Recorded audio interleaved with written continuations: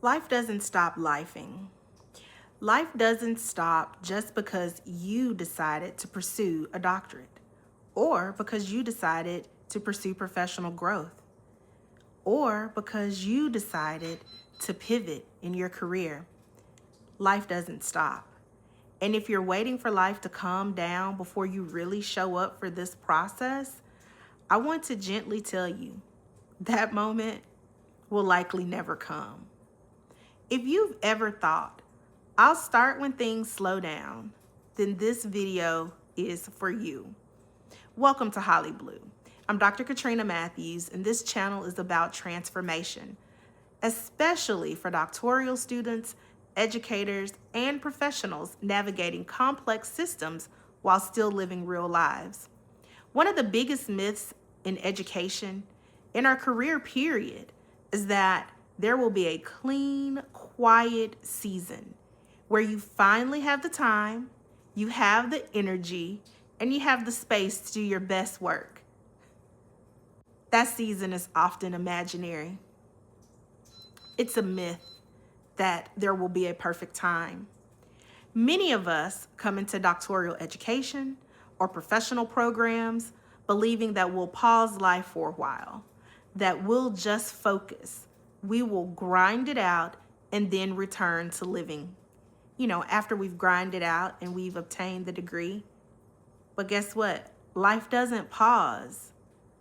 Careers continue, families need you, bodies get tired, grief shows up, joy shows up along the way. But then crisis also happens too. And none of that means that you're doing it wrong. It just means that life doesn't stop. I'm speaking directly to my doctoral students or anyone that is considering pursuing a doctoral education. What I see both as a professor and someone who has lived this is that growth usually happens inside of complexity, not outside of it. There is rarely a perfect stretch of time where everything aligns. There is rarely a time that is ideal, where the conditions are just perfect and there is no delay and no possibility of failure. So keeping those things in mind, there are a few things that we have to do. We have to reframe. Progress is greater than perfection. Progress does not require perfect conditions. Progress requires consistency, honesty, and permission to show up imperfectly. Some seasons you will write deeply. Some seasons you will barely write at all. You will be hanging on by a thread. And both can still count as movement. The mistake is believing that only one kind of productivity is valid.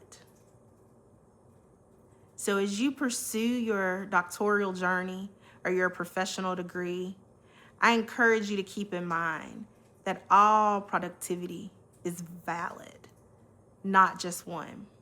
In addition, here are a few ways that I'd also like to encourage you to work with life instead of against it. 1, work in seasons. Stop expecting the same output year-round. Your capacity will shift, and that's normal. Redefine productivity. Reading one article, revising one paragraph, sending one email. That's still work. You've still been productive. Let good enough count, especially at this level. Forward motion matters more than flawless drafts. Give yourself permission to be human. If life feels loud right now, that does not mean you're behind. It does not mean you're not where you're supposed to be. It simply means you are human. And you have to learn to grow inside the complexity. In fact, growing inside of the complexity is actually part of the education. So even if none of your instructors are saying it out loud, or no one around you is saying it out loud, navigating the complexities of life in conjunction with higher ed is growth. So allow yourself to have that growth, to feel that growth, to be in that moment with that growth. Holly Blue is about becoming and not just achieving. If you're navigating doctoral studies or professional growth while life continues to life, you are not alone. Keep those 3 things in mind. Productivity over perfection. Reframing what is productivity. Allowing yourself an opportunity to be human. And really, really keeping in mind that there is no perfect time, that is an absolute myth, that there's going to be a perfect time when life stops lifing, and that you are going to be able to just coast seamlessly without interruption. It's the biggest lie that we tell ourselves. It's the biggest myth whenever we're pursuing any type of growth, that there will not be chaos. I will tell you from my own personal experience, as well as from working with students, that life seems to pick up no sooner than you embark on your doctoral journey, or no sooner than you embark on a career pivot or career or professional growth. That is when things get insane. That is when it seems that your family needs you the most. That is when it seems that your current work at your current job picks up and becomes crazy. The work that you felt like you knew, the work that you felt like you had mastered, is all of a sudden more than you can manage. It is when all the things that you think you knew start to crumble and fall apart. It is when every system you have in place, every pattern, every structure, everything that you've worked so hard to put in place to make your life go very smooth and very well, that is when all of those systems go haywire. That is when people get sick. That is when sometimes you get sick. Sometimes a family member gets sick. It is when everything possible tends to happen.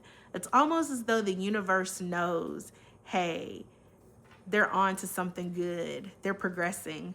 They're growing. Let me see how many roadblocks I can put in the way. I say all that to say that you are not alone, that this happens. It happened to me on my doctoral journey.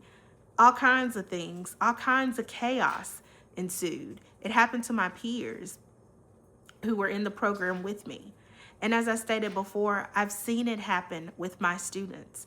I've seen it happen time and time again, where there's this notion that there's going to be a perfect time and then chaos ensues. So just know that that is a myth, and that we have to reframe how we think about these things. I'm going to leave you with one piece of advice that was so important for me as I was moving through my doctoral program, and that was kind of an anchor for my cohort. So we used to have this saying, how do you eat an elephant? You eat it one bite at a time. And I share that with my students as well. I often ask them when things have gotten crazy and they're saying, this is just not a good time, I'm going to have to step out, or I'm going to have to do this, or, I ask them, how do you eat an elephant? You eat it one bite at a time. What does that look like? That looks like one course, one assignment, one class at a time. One article, one writing, one thing at a time. That is what it looks like. It looks like slowing down and taking everything one thing at a time. And that is how you get it done. That is how you eat that elephant, one thing at a time. So, subscribe if you want honest conversations about higher education, growth, and the realities in between it all. If you like this type of content and you want to chat more about the doctoral journey, professional growth, subscribe and I'll definitely make more content related to this. Thank you for watching.